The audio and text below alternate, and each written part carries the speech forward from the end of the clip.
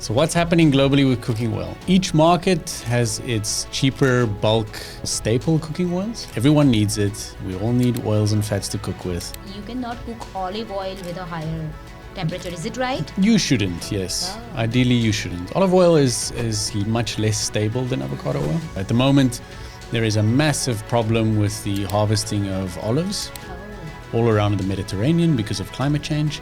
And so therefore olive oil is becoming more and more expensive. And so therefore avocado oil is doing better and better because it is also a very good, healthy product, just like olive oil.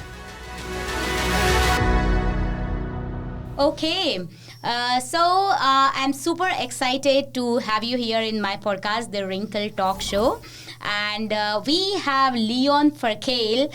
Please forgive me if I pronounce wrongly, but we have Leon Vercueil from Avocado. So he is the CEO of Avocado, and he is from Zambia, and he is exporting his avocado oil in Canadian market. So we are super excited to ask him a lot of questions. And if you have any questions, you can comment in the YouTube that what are your questions. So next time we can have him another time if you like the podcast. So Leon, how are you doing today? I'm good. How about you? I'm absolutely fine. And thank you for accepting my invitation, because many people would like to know about the industry which you are in, and they are super excited to know that how they can be in this industry. So would you be ready to answer some of the questions which they have? Sure. Be happy to help where I can. Oh, that's great, Leon. Okay, so my first question is if you can just provide a simple overview about the avocado oil globally. How is it going and what is the market trend? Well, you know, when you ask a question about avocado oil, you're actually asking a question about cooking oil in general. Absolutely. So what's happening globally with cooking oil? Each market has its cheaper bulk, what I would call staple cooking oils. In other words, the oil that most people use. In South Africa or in Southern Africa, that would be sunflower oil.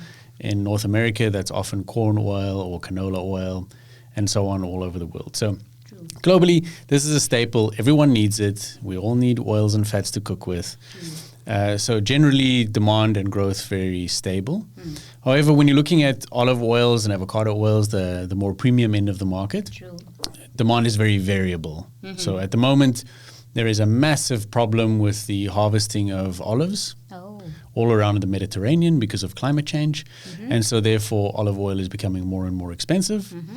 And more difficult to trust because people sell all kinds of other things as olive oil. Yes. And so therefore avocado oil is doing better and better because it is also a very good, healthy product, just like olive oil. That's correct. But what comes in my mind is there are many oils in food and beverages industry, right? That's right. Because people use so many types of oil in cooking. That's they right. have different ideas in their mind. Sure. So what inspired you to come into this avocado oil especially? You know, inspiration.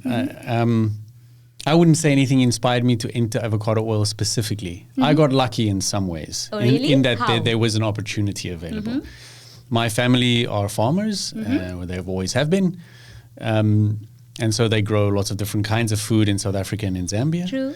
And in Zambia, we grow avocados. And when you grow avocados or any fruit or vegetable, there is a percentage of waste involved. Oh, yes. Because consumers shop with their eyes. They want the perfect fruit, the perfect vegetables. You know, you can't have a scratch on the skin. It can't be the wrong shape or the wrong size and so on. So there's always a lot of waste. True. As farmers, as people that grow food, we're not comfortable with food waste. We hate the idea.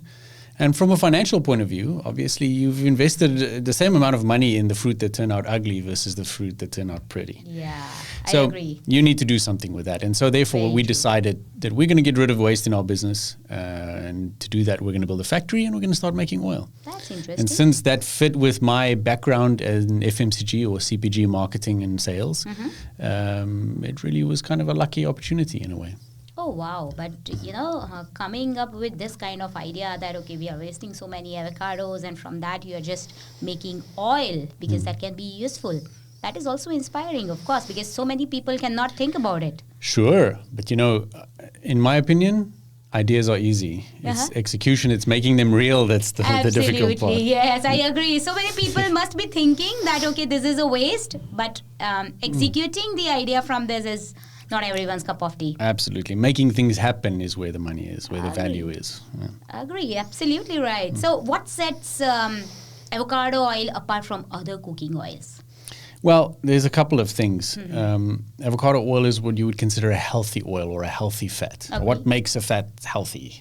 There's lots of different factors, but basically you can break a fat down into a few components. True. And that's whether it's saturated fat or unsaturated fat, whether it's polyunsaturated or monounsaturated, and whether it has any other compounds in the oil. In other words, is there polyphenols or beta-carotenoids or antioxidants or other factors in the oil that make it good? So avocado oil happens to have a very high percentage of monounsaturated fat. That's what people call good fat. If you Good speak to a fat, dietitian or a yeah. doctor, that's what they would call a good fat. True. So I always think it's valuable or it's useful to compare it to olive oil, and because olive oil is a healthy oil.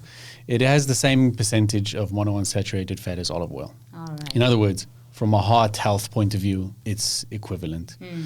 And then it has different compounds in it. So olive oil has polyphenols in it and some antioxidants that are good for you. And avocado oils have beta-carotenoids in them, similar kind of compounds and antioxidants that are good for you. So that makes it just about as good as olive oil for you. The key benefit, the key difference with avocado oil is that you can cook at a much higher temperature. In fact, it is the oil that can handle the highest temperature of all oils. Oh, really? And so therefore it is more safe and more stable to cook with. The smoke point is high. So when an oil starts to smoke, you really don't want to be eating that anymore. Because what you've done is you've broken down the oil with heat and you've oxidized it, and a lot of those unsaturated fats become saturated and a lot of other problems happen as well. So it's kind of a signal. The smoke point of oil is kind of a signal, Okay. but where it stops being healthy for you. So avocado oil has a very high smoke point, so it's very versatile. You can use it for many things. Oh, that's really nice, because if I am not wrong, I don't know whether I'm right about this or not, but what I have heard that you cannot cook olive oil with a higher temperature. Is it right? You shouldn't, yes. Ideally, you shouldn't. Olive oil is much less stable than avocado oil, meaning at lower temperatures it starts to fall apart and oxidize. True. So it is better raw and low temperature cooking. Oh, so this is where avocado oil plays its role, I guess. Yeah. Oh, that's pretty good. And you have a factory in Zambia, South Africa, right? So Zambia and South Africa are different countries. But Oh, yes. Zambia, yes. Zambia is a nearby neighbor of South Africa to the north. And yes, we farm with avocados in Zambia, and we only make oil from our own avocados. So we don't have the luxury of buying avocados from someone else. And that's what makes us unique. So everything in-house. Everything in-house, Great. everything on the same piece of land. So whereas other brands or other companies for almost any other oil have the luxury of buying from different farmers or different growers or on the open market, we don't do that. We stand behind only our own products. We want full control to make sure we deliver the best quality. Oh, So we only use our own avocados. that's pretty interesting. Would you be okay to discuss some of the processes to make avocado oil? No, sure, of course. Yeah, great. It's very similar to making olive oil. We use the same machinery as well. Oh, okay. So avocado oil, you have the skin, the flesh of the avocado, and the seed. Many people imagine that you would make the oil out of the seed. Now, there is oil in the seed, but it's not the kind of oil that we put in a bottle for you to eat. Okay. So what you use is the flesh of the fruit. So there's a machine that basically smashes the avocados to pieces. They have to be ripe, of course. And the seed and the skin of it goes out of the process, and you're just left with the flesh of it. That then goes into a machine that slowly mixes it for about an hour.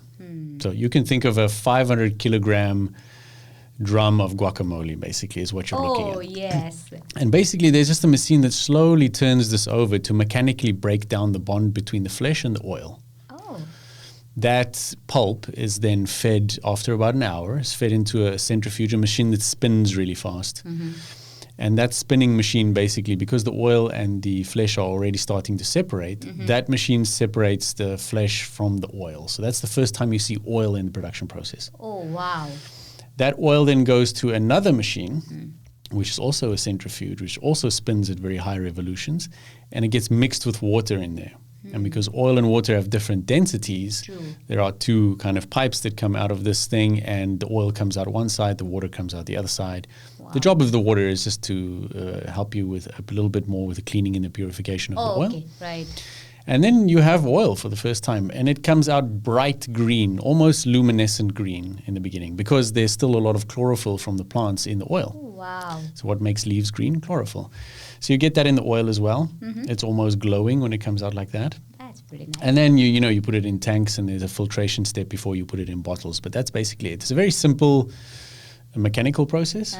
And in fact, the simpler you keep the process, the better your oil will be from a quality point of view. So there's no refining. We don't add any chemicals to the process. There's nothing except the fruit goes in one side, the oil comes out the other side. That's it.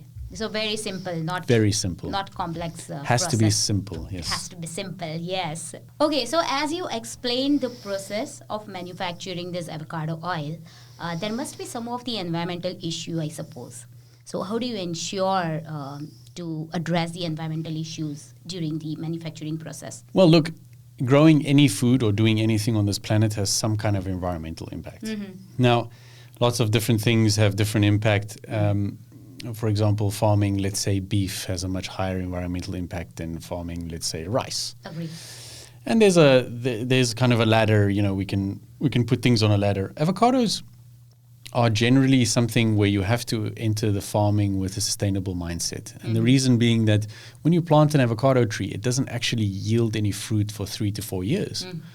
So you make a massive capital investment up front, get all those trees into the ground, and then only after 3 or 4 years do you see any kind of return. And in fact, only after 8 years do you see the trees really hitting their production. And then they stick around for 30 years. So it's a very long-term mindset. So on the one side, you have to be a sustainable farmer when you farm with trees, whether they are apple trees or nut trees or avocado trees. And you have the situation where the trees are locking up a lot of carbon for 30 years. So by its nature, growing trees is generally better for the carbon cycle than, let's say, growing rice or corn, which is every year harvested. So that's one thing.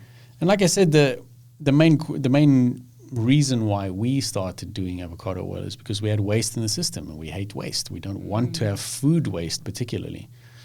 So just from a social environmental impact, we don't want to put in all of that effort into sustainable farming only to waste, a very high percentage or a far too high percentage of avocados. There are concerns. So I think the main concern that I hear around avocados from an environmental point of view is people seem to think that it has a very large water footprint. In other words, a lot of water per kilogram of avocados. Avocados do use water, but not as much as you would think. So there's a very useful tool, by the way, online called watercalculator.com or .org, where they rank all the foods that we eat according to the water consumption. Really? Avocados use less water per serving size than rice does or than corn does or anything like this. Very interesting. Yeah, because it's ultimately a very nutritious fruit, right? So it's very good for you. So if you compare 15 grams of avocado with 15 grams of rice, you're getting a lot of more nutrition out of an avocado. So the amount of water used per nutritional value, the avocado tree is actually very efficient. Oh, wow. Production processes are a different story. Once you make oil, you're running a factory. It's electricity, it's water, it's all of these kind of things. So that the footprint is pretty much like anything else. You try to minimize the waste. You try to be as efficient as possible. You do your best when it comes to that. Absolutely. Yes. And apart from environmental issue, how do you ensure the quality of avocado oil while manufacturing? Because if I'm not wrong, whatever I've heard, Canada is a little bit possessive about exporting any kind of a food and beverages product. So how do you ensure the quality, and how do you actually export from Zambia? Do we need to take any certificates, or what kind of process is that? You've asked 10 questions in one, so I'll try to give you the best view. Yes, in the every country protects certain industries inside of the country. Yes. Usually agriculture, because obviously you want food to be grown locally in your country. That needs to be, your country needs to be more or less independent if it can be. So generally governments will protect, the growth of meat and vegetables and grains inside of the country. So if you're trying to import something that it can be grown inside of the country, you will have a challenge usually. True. And even if they don't stop you from importing something, they will subsidize the local industry in such a way that you cannot be price competitive. It's often the case in the US. I don't know as much about Canada, but probably the case here too. Now, avocados cannot be grown in Canada. In fact, avocados cannot be grown in most of the Northern Hemisphere. Why? It's a weather thing. So avocado needs a certain amount of difference in temperature between winter and summer. Okay. Not too much, not too little. True. So the closer you get to the equator, the earlier you'll be able to harvest avocados, is another truth. However, you cannot grow avocados around the equator because there's not enough difference between winter and summer. So you end up with an area between 30 degrees latitude, north and south, Oh, all where you right. can grow avocados. Very similar to how coffee is grown, can only be grown in some parts of the world. What that practically means is on the northern end, the southern parts of the US are the last place where you can grow avocados consistently. So around Florida and down to about South Africa, the northern parts of New Zealand and Australia you can also grow. So that band all around the world you can grow. So because Canada can't grow avocados, avocado oil imports is not something that they should be targeting. And something that we will be on an equal footing more or less because everyone has to import it to make it here. True, right. And you need to take a food safety certificate from this country, right? In Absolutely. Canada. So you need food safety certifications are usually made by global companies. So there are a number of different companies. Their only job is certifications. Okay. Whether it's ISO or whether it's gluten-free certification or food safety certification, there are a few companies that do it. SCS Global, there's a NSF, there's a few of these well-known global companies. So, of course, before you can import any food product into Canada or really any country, you need a food safety certification of your factory. In other words, you need to set up systems and processes to make sure your factory operates in a hygienic way. Someone comes, a third-party external auditor comes and inspects your factory. They watch you do production, yes. So they actually visit your factory? Absolutely. Oh, wow. And they check all your paperwork, that you have all the systems and processes in place, that you are constantly and often enough checking different things. For example, pest control. Your factory needs to have a pest control system in place and it needs to be checked often. And there are a million little things on a checklist that you need to comply to. It's very complex. They audit you. If they are happy with your performance, they certify you. And you need to do that every year. So if you're going to import food into Canada or any country, food safety certification is critical. Okay. Oh, that's great. So approximately how much time does it take to get the food? So say food safety certificate. Look, the preparation is long. There's a lot of documentation to do. Then building those systems and processes into a work day for your factory staff and for yourself is a second thing. True. The certification itself doesn't take that long. Someone comes to audit when you are ready. There are also unannounced audits for some types of factories. But for us in general, you know when the auditor will come. True. They audit it. They give you notes. Usually they won't just walk out and say, great, good job. They always want you to improve. Yes. So they will write a report Okay. that says, we found these variances that we want you to improve on. You have 2 weeks to provide us with improved documentation or improved processes or improved policies that match these things. And if you do that, they say, very good, thank you very much. See you next year. Oh, okay. That's pretty good. It's not that complex, but you need to take care about the tiny, tiny things and million tiny things, as you said, that you have to be very careful about it. I would say detail orientation is very important, yes. Okay, so we came to know so many and some awareness things about avocado oil industry.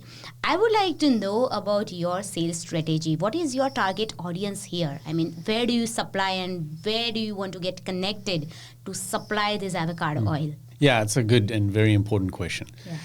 Look, from a consumer point of view, and I worked in CPG and FMCG for a long time, and we call people consumers, and I've always hated that. So I'll just call them people. But people have changing preferences, obviously, in the things that they buy and the things they want to do. Environmental consciousness and kind of generally, not just the carbon footprint, but the impact that a product has on the world is becoming increasingly important. Okay. And that's a good thing. So we are obviously focusing on people that are a bit more environmentally conscious. We want to make sure that people know that the product comes from a good place. In other words, we are eliminating waste to make this product. We want to make sure that people understand that the people that work for us are treated well. And by the way, we are certified for that as well. So what we do to be very clear, what we do to be very transparent is that we want external certifications to prove our words. So, anyone can say anything, right? I can claim anything. I can say, oh, my product is good for the environment. But, until there's proof, it doesn't mean anything. All right. And people say a lot of things that are not true. So we want to make sure that the product is socially impactful, environmentally impactful, all in positive ways. So from an environmental point of view, we've already kind of discussed already. We're eliminating waste. That's our key environmental claim. Key environmental impact is to eliminate food waste, at least from our system where we can control it. From a social point of view, we provide work in an area of Zambia where there's only agriculture, right? So farmlands in southern Africa where we come from are generally large pieces of land. So there's no city nearby. There's no other employment opportunity for the people that live around there other than to grow their own food or to work on farms. So by us building a factory on the farm, we're providing much more skilled labor opportunities for the people in the local community to come work for us. Because now it's factory jobs. Jobs that are indoors, jobs that require some skills, jobs that involve by its nature training and development, because part of your food safety certification is also that people understand certain things. They have to be trained to understand certain things. So we offer good job opportunities as well. And, as a farming family, from a farming background, we're proud to be able to do that kind of thing. Wow. It is a unique opportunity in that part of Zambia, basically in most of Zambia. So it's something that we're very proud of. So that's the social impact is good as well. And then obviously we only want to make healthy products. So, the impact on humans, on consumers, on people should be positive as well. I couldn't put a product that comes from our farm on the shelf somewhere that I don't believe is good for someone. Yeah. It would bother me. So I couldn't do that. Yeah, that's true. So currently you are targeting only some of the province here in Canada, or you are ready to supply anywhere in Canada? So we're ready to supply everywhere in Canada, but we want to target the people that are more socially and environmentally conscious. That's correct. And in general, the people that are like that are the ones that have the luxury to be like that. In other words, the higher earners. So we want to be available in premium retail stores. I think most people would know something like Whole Foods or Farm Boy here in Canada and Ontario. Yes, agree. Not that I necessarily want to be available in Whole Foods, but it's that kind of retail environment and health stores. That's the kind of retail environment we want to be available. The reason for that is that we are not producing very large volumes of oil. We are not in the volume business. We're in the quality business. And believe it or not, you need to make a choice between those two. It is very rare where you can produce products at high volume, especially food products, and maintain exceptionally high quality. Yes. The processing and the dynamics of the business just don't allow you to do that. If you're producing high volumes, usually you command a lower price. If you're producing higher quality, usually you command a higher price. So it affects the way you think about the business. It affects the way you invest in the business. It affects the way you run the business from a day to day. So we don't want to dominate the market. We're not interested in being the biggest avocado oil brand in the world. That's really not where we couldn't care less. We want to eliminate the waste from our own farm every year. As we grow, because obviously we plant more trees, we will harvest more avocados. So the impact is the main objective for you. The impact is the main objective, and while we do it because we worked hard to grow good fruit and good avocados, we will produce very high quality oil. Interesting. Very nice. Very few people have this kind of an inspiration, because once you get into the business, revenue becomes everything for them. That's what I have come across with many people. But this is something really interesting and inspiring, Leon. Thank you for sharing your thoughts and your processes of avocado oil, everything. Really inspiring. Thank you. But, okay, that leads to another question with me, that how do you get the orders? I mean, do you have any kind of a website, any digital transformation in this industry where it becomes a smooth process for you to get orders? I don't think it's ever going to be smooth. There's very few things in setting up your own business that are going to be smooth. It's always going to be a struggle. And it's always we are going to know battle. some of the challenges you have faced as well after this question. So many. Look, there are a number of different ways to get. Ultimately, what do you want to do? You want to get into someone's kitchen, right? You want to, but that your bottle of oil should be sitting there on someone's kitchen counter. True. How can you get there? You get there through retail stores. You get there through online sales like Amazon. And these are all different kinds of beasts to deal with. And then there's a very small business that which we call direct to consumer, which is if you choose to sell it from your own website to Very people. true. But when you do that, you are also taking on the responsibility of the logistics. So the last mile delivery to get the product into someone's home. Mm-hmm. And that can be very expensive and very time consuming. Mm-hmm. I'm a one-man business Mm-hmm. in terms of I produce the oil. Of course, I have people working for me in the factory in Zambia, but I produce the oil. I'm there every shift. I do the marketing. I do the sales. I do the import, export. I do everything. And so I don't have time for these things. True. I'm forced to make difficult decisions to keep the business as simple as possible. True. So my avenue is really only two ways. One, some online sales. But to be honest with you, when I approach online sales channels like Amazon, it is more a way for me to be visible. Mm-hmm. In other words, you need, when people do a search for your product, they need to find your website, hopefully. Mm-hmm. But they also need to find you as a sales listing to be able to compare with other similar products. And so it's useful to be available on Amazon, Yes. even if you're not making money there, because trust me, it's difficult to make money there with this kind of product. And the other way is simply through what we would call traditional retail, brick and Yes. mortar retail. It's on a shelf somewhere. True. And so you need to pick the right shelf. You need to find the right partners. And then you need to find a distributor to get you onto the shelf. So there's lots of little steps in between. Mm-hmm. My experience in Canada, even though I have many, many years of experience in FMCG or CPG marketing and sales, I've never worked in Canada in those industries. Right. So the dynamics are slightly different here. The retail is very conglomerated. Unfortunately, there are one or two companies that own basically every store that you buy your groceries from. Oh, And that makes things difficult. I know. So for me, the target in the beginning is to approach independent stores, health stores, smaller Yes. kind of chains. Yes, of course. I'm not interested in doing the big business right up front. True. The cost of doing business can be prohibitive. So while you will have a good goal in mind at the end of the day, I want to be on the shelf in Whole Foods and whatever the case, that might not be where you start. You need to have a bit of a long-term view. True. As you said, that long-term view is extremely important. You need to Absolutely. the model should be sustainable. It's not that, okay, you go to one or two stores, your oil is there, and then you are done with your short-term yield. Yes, that's absolutely right. That's pretty good. So independent stores and even small retail store chains, those are, I think, good for you, right, to start with? Absolutely, yes. Yes. So in any location in Canada will be good, right? We don't have I don't have any problem with any part of Canada. I think the business is potentially exists everywhere.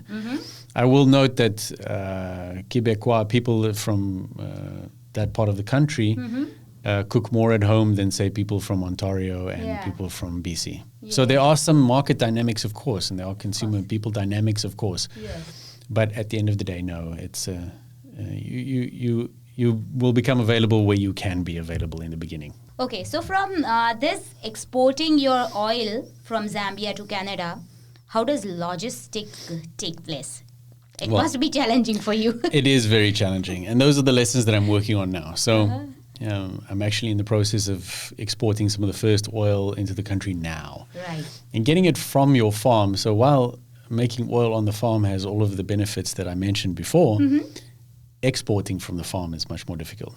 Oh. So, if you're handling all the middlemen, the logistics parts of the business, getting it from the farm gate to the shelf in Canada is tricky. But basically how it works is you need to find export and import brokers in each country. Usually those are not difficult to find. There are plenty of, it's a very big business. And they can usually arrange the logistics links. Oil, something heavy like this, because we bottle in glass, we don't want to add more plastic to the world. It comes on a ship. It's far too heavy to fly in an airplane. It will never be economical. So it comes on a ship. It takes about 4 to 5 weeks once it's on the water, to go from Zambia here to Canada, clears the port, and then you get into a distributor warehouse somewhere, and it's somewhere to go. So it's a big cost and a long process. But luckily, oil oil is a very stable product for a very long time. I It doesn't agree. really expire, honestly speaking. Yeah. It will never make you sick. Bacteria, so it's good, yeah. Bacteria can't grow on oil. There's no substrate for it to The grow timing on. is an advantage for you. Timing is an advantage, yeah.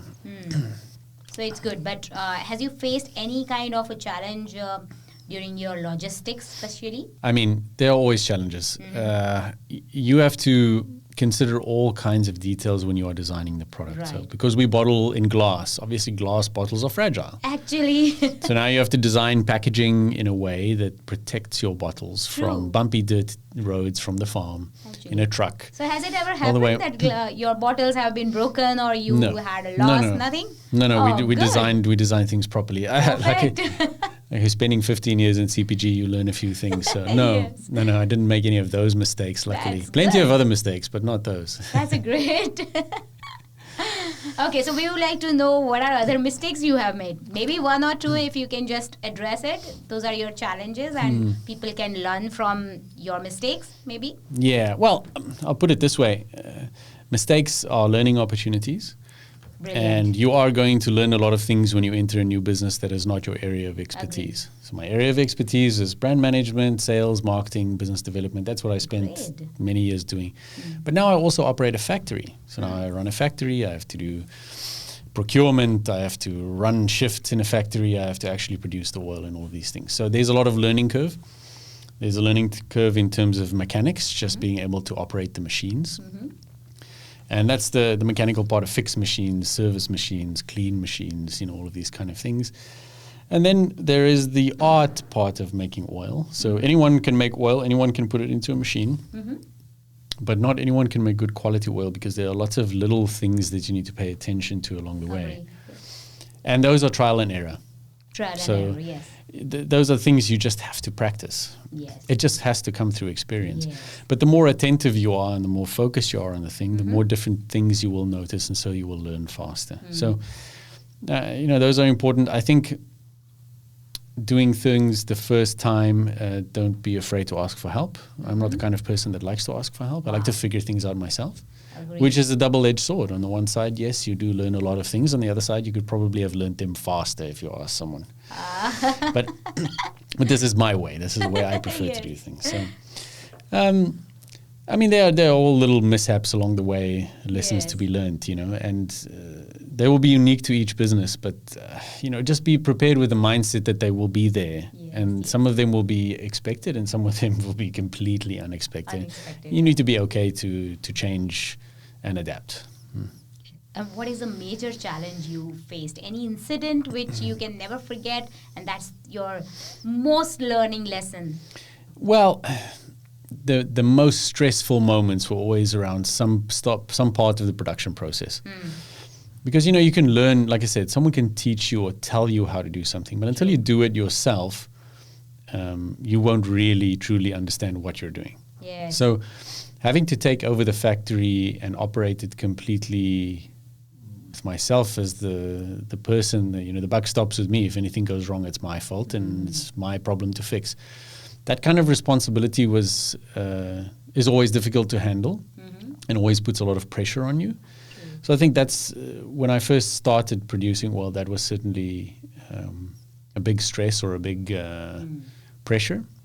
And also one or two things went wrong along the way.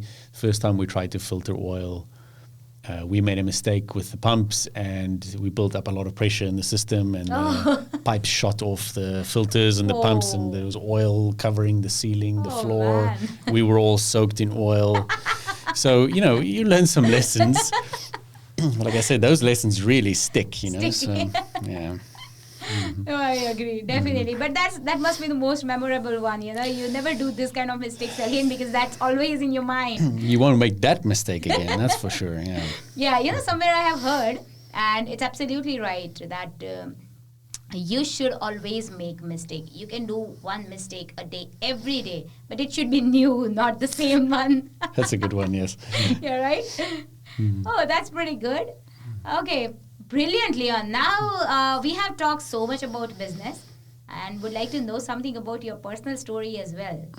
But before that, I would like to know that what do you think your major strength as a person and as a businessman? which actually, take you to the next level?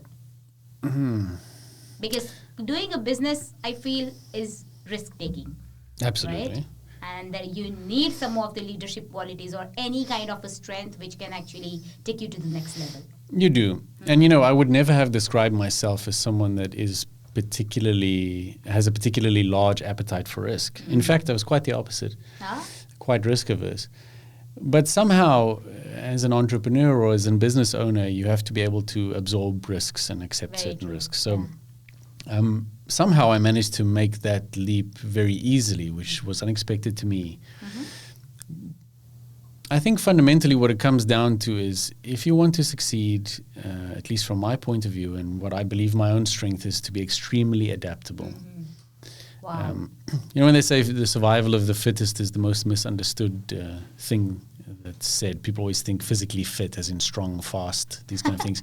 That's not actually what it means. It's most adaptable. It's the most adaptable. That is what fittest, survival of the fittest means. Cool. You need to be very adaptable. And in my case, because of the nature of my business, you need to be able to handle a great deal of complexity. Oh, very true. So if you're managing everything from growing avocados to production to sales and marketing and logistics, you need to be able to deal with a very broad amount of stuff, broad amount of detail. You need to be a jack of all trades. You need to be curious about lots of things because you're going to need to learn to do those things. So I would say that's probably the biggest strength. What made this possible. Wow, brilliant. Yeah. So adaptability is the main skill which if you have, you can definitely grow. Absolutely. That's really great. Okay, so let's talk about your personal journey. I have always seen that you write that farmer's son. Would you like to know something about your childhood? How did you grow up and how you came into this business? Yeah, sure. Well, when you grow up on a farm, usually, certainly in Southern Africa, but many other places, when you grow up on a farm, your farm is in the middle of nowhere. You're usually not near a city because farms are large. And that was the case for me as well, which means that from a young age, you go to boarding school. Oh. Because there's no school next to your farmhouse, right? Yes, it's not like in the city. You have to go so far. You don't get in a bus and go to school.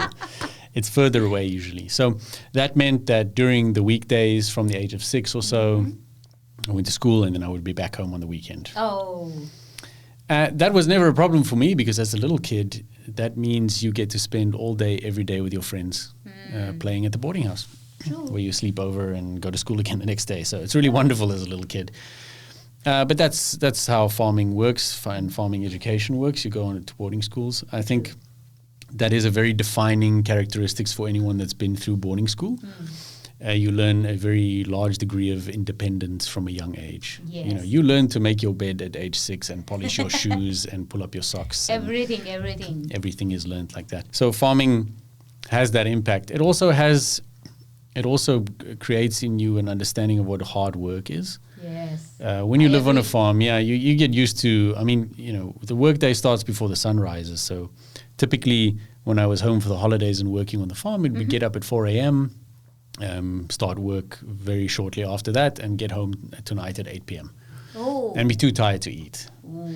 So I learned an appreciation for hard work. I also learned an appreciation for being a generalist. So what that means is when you live on a farm or you grow up on a farm, if something breaks or if something goes wrong, there's no one there to help you.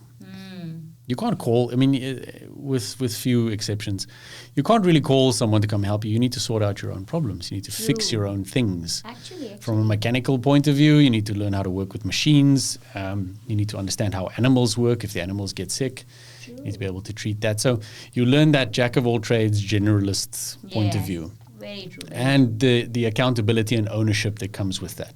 Because no one's going to fix your problem for you. Because you're actually living with that. You have to live with it. Yeah. It's do or die for you. Actually. So that level of real personal accountability and the fact that I need to fix this and I can fix this, the confidence that comes with that, I think those are absolutely integral to who you are if you grow up on a farm. True. What is the best fascinating thing about staying in the farm? Well, it's the ultimate form of creativity. People think of art as creativity, right? Being able to draw pretty pictures. Yeah. And that certainly is one expression of creativity. Yes. But there are many expressions of creativity. On a farm, you are literally creating things. You are literally creating life.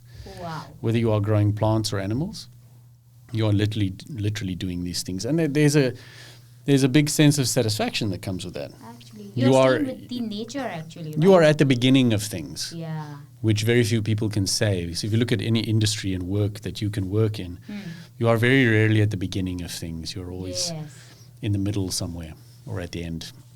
So it's satisfying from that point of view. Definitely. So during your school days, you were staying in the farm. On weekends you were coming back, right? Well, it depends. So in high school, less so. In high school, I would only go home 4 times a year during the school holidays. Okay. So what were you doing during your spare time? I mean, what are your hobbies? What do you used to do? Well, on the farm, so what hobbies can you have on a farm? Not many. Some people like ride horses. Yeah. We didn't really have a horse. You did it? No. You have to entertain yourself. And like I said, the creativity comes into that. I had built a lot of my own toys, out of metal, out of wood or whatever. So, you've got lots of time and lots of space to climb trees and play outside and whatever. But yeah, going to the movies is not an option. No one's going to distract you. You have to do it for yourself. That's very true. That's very interesting. Okay, the final question, Leon. We have known so much about your profession, your business, and your personal life. But finally, I would like to ask you if somebody wants to give you the order related to your avocado oil. So how do they contact you? Well, right now, there isn't really any way to get in touch with me aside from LinkedIn. Okay. And the reason for that is I'm still looking for the right distributor in Canada. Perfect. We're making good progress on that now. All right. And it's important to pick the right distributor because, and the right partners in general for a business. I'm old enough to know that this matters more than the short term. Very true. So I could have probably been on shelf quicker if I had done things differently, but that's not really how I want to run my business. I get one chance to do this right, so I will do it right. Okay, so through your LinkedIn, they can So contact through my you, LinkedIn, right? they can find me there.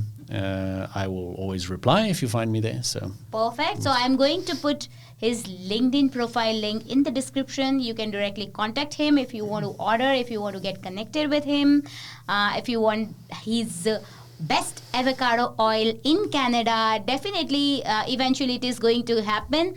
Even if he's saying that, he's starting small, but I'm sure he's going to make a big difference with it. So thank you, Leon, for coming here in my podcast. I'm sure you have enjoyed. And if you have any question or if you have any message to our viewers, you can say that. No, I think you've asked all the good questions. So thank you very much for having me. I would just say, if you're interested in getting into FMCG or CPG, go learn from a big company if you can. Oh, it's a great learning. It's a great learning school. Whether you want to get into any business, FMCG or CPG is a great school to understand the fundamentals of how any business works. Wow! And because it's fast moving, you get used to a certain pace of work, which is good. Because everywhere else, selling cars is slower than selling laundry products or whatever the case may be. So I really recommend it as a career. I think it gives you a good business grounding. And you never know where you're going to end up. So in future, definitely this industry is going to boom, right? It will always be there. People will always need something to wash their clothes. Very true. These are fundamentals. So this will always be a good industry. Good industry. Great, Leon. Thank you for coming to the podcast and make it very interesting and insightful discussion. Thank you so much.